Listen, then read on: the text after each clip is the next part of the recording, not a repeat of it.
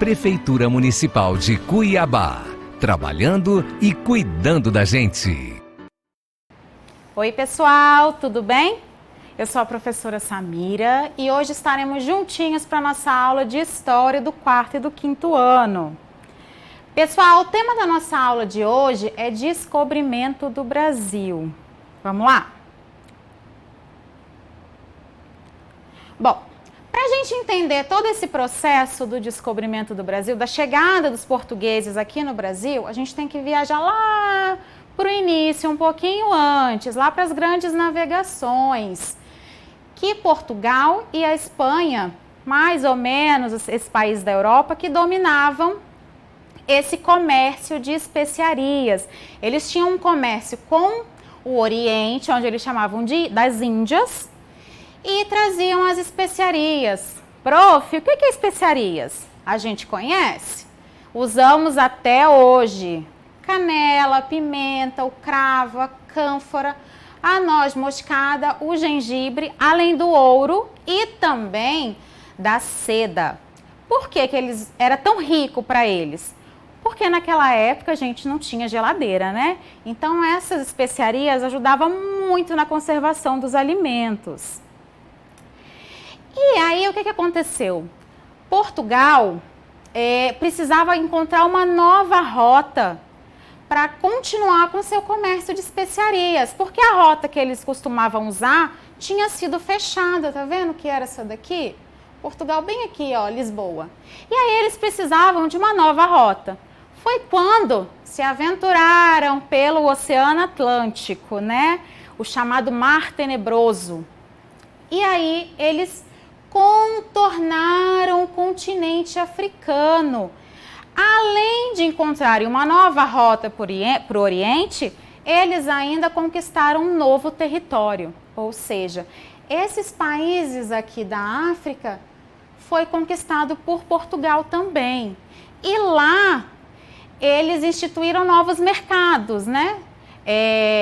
Eles adquiriam o ouro, o marfim e também os escravos da África e vendiam para eles o sal, o trigo e os tecidos.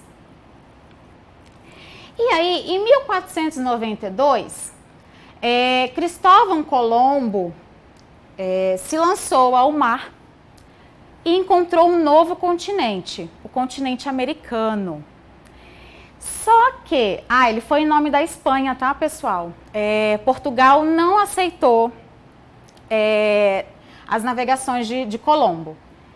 E aí ele chegou nesse novo continente. E lá ele chamou os nativos que encontrou de índios. Por que de índios, professora? Porque ele achou que ele tinha chegado nas Índias, mas não. E então, Portugal e a Espanha entraram numa disputa tremenda pela conquista dos novos territórios. E foi em 1494 que eles assinaram o Tratado de Tordesilhas, ou seja, eles traçaram uma linha imaginária, estão vendo aqui essa linha imaginária, e de um lado do território ficaria em exploração de Portugal e do outro lado da Espanha. Nem se preocuparam com quem já morava lá, né? E aí, em 1500, Pedro Álvares Cabral, ele foi o líder de uma expedição composta por 3 embarcações e cerca de 1.200 homens. Ele teria que percorrer aqui, contornar a África de novo para chegar às Índias.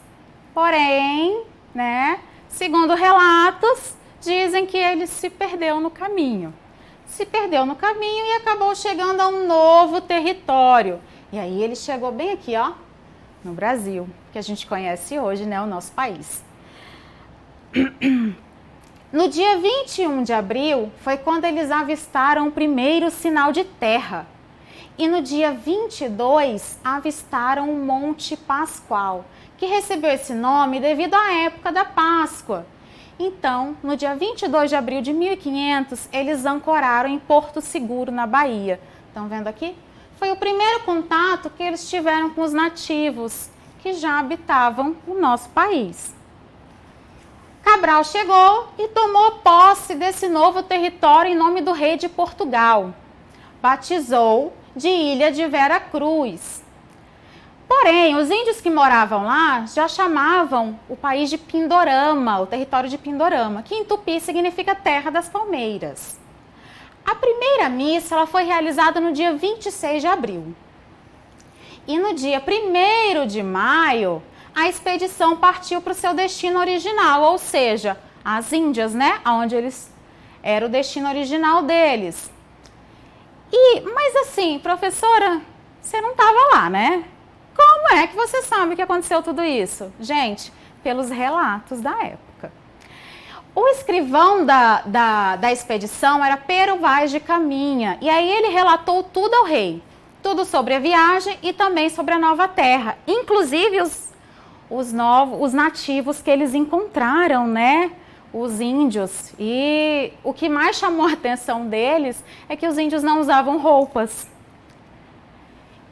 Porém, como o comércio de especiarias estava no seu auge, o Brasil foi meio que ficando um pouquinho de lado, até 1530, que foi quando teve o declínio do comércio de especiarias, e aí Portugal iniciou o processo de colonização do Brasil.